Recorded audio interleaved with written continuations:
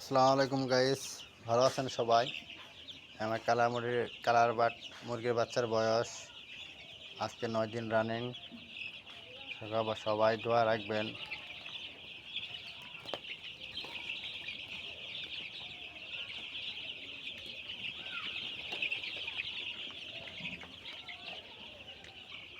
মুরগিগুলো খুব চঞ্চল।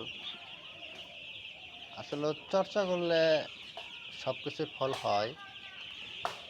আল্লাহ তাআলাই আমাকে একটু চর্চা করার খুবই আগ্রহ বেশি। আমি সবার দোয়া রাখবেন। আমি এক সময় একটা মুরগির আইটেম নিয়ে আপনাদের মাঝে তুলে ধরি। গেছে সেটে আমি একটা পোলট্রি পালতাম।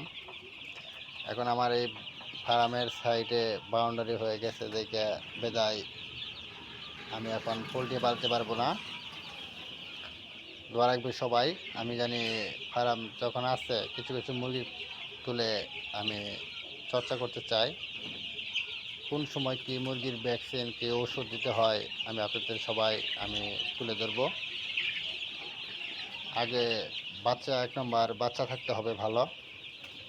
2 নম্বর লিটার পরিষ্কার রাখতে হবে।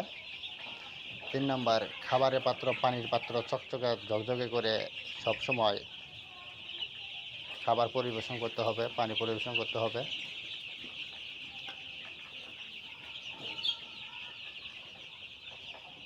আমার আরেকটা ভ্যাকসিন হবে, কাল পরশু হবে।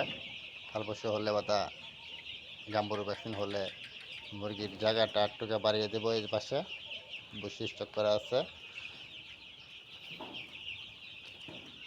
মুরগিগুলো দেখছেন খুব চঞ্চল।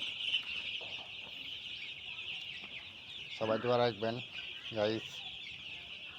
আপনাদের জন্য দোয়া রইল আমার। আর আমি তো এক হাতে পরিশ্রম করি, তা তো জানেন সবাই। কপালে লেখন ঠেকাইকে। সবাই ভালো রাখবেন। আসসালামু আলাইকুম।